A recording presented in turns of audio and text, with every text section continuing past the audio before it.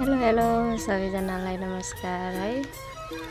आज म चाहिँ माइती देशतिर माइती घरतिर आएको अनि यसो बारीतिर भाउजूलाई सघाउनलाई जामदनी थोरै बाख्रालाई घाँस काटौँ भनेर यसो आएको बेलामा भाउजूलाई दिदीलाई सहयोग गरौँ भनेर खेतबारीतिर लागेको है।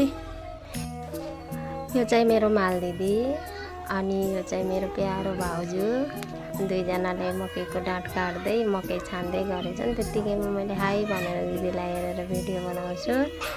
त्यसपछि हामी घाँस काट्नतिर लाग्छौँ। दिदीले घाँस काट्न थालिसकेकी अनि भाउजूले नि घाँस काट्दै हुनुहुन्छ अनि म पनि काट्छु भनेर म पनि घाँस काट्नतिर लागेँ। अनि घाँस काट्दै गफ गर्दै गऱ्यौँ। गर्मी यत्तिकै बढिरहेको थियो, गर्मी छ, यस्तो घाम छ। अनि त्यसपछि घाँस काट्दै मैले हाई भन्छु, घाँस देखाउँछु, के गर्नु टाइम पास त गर्नै पर्यो। अनि ल जसो तसो भिडियो बनाउनलाई मोबाइल यसो उसो गरेर अड्डाएर अनि हामी तीनजनालाई चाहिँ घाँस काट्छौँ, भिडियो पनि बनाउँछौँ। अनि केही त बोल हाई त भन भन्छु अनि दिदीले हाई भन्छे। अनि फेरि भाउजूलाई नि हाई त भन्नु भाउजू भन्छु अनि फेरि भाउजूले नि हाई भन्नुहुन्छ घाँस हल्लाएर। अनि घाँस काट्दै गर्नु भयो भन्छु अनि फेरि दिदी उठेर घाँस देखाउँछ। के गर्नु पसिना पुस्दै घाँस काट्दै गफ गर्दै रमाइलो छ।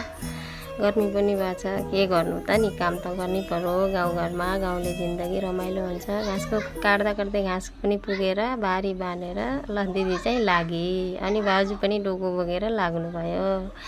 मम्मी फेरि बोलाउन आउनुभएको थियो, मम्मी अघि हामी पछि। अनि मैले मकैको पत्ताको 2टा मुठा बनाएको थिएँ। अनि एउटा मुठो मम्मीलाई बोकाइदिन्छु, एउटा मुठो म आफै बोकेर लाग्छु।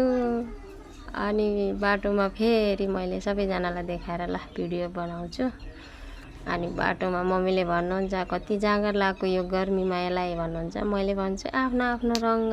त्यतिकैमा हामी घर पनि आइपुग्छौँ हामी। यो चाहिँ मेरो माइत जाने बाटो अनि यो चाहिँ मेरो माइती घर, मेरो प्यारो। हस् त, धन्यवाद।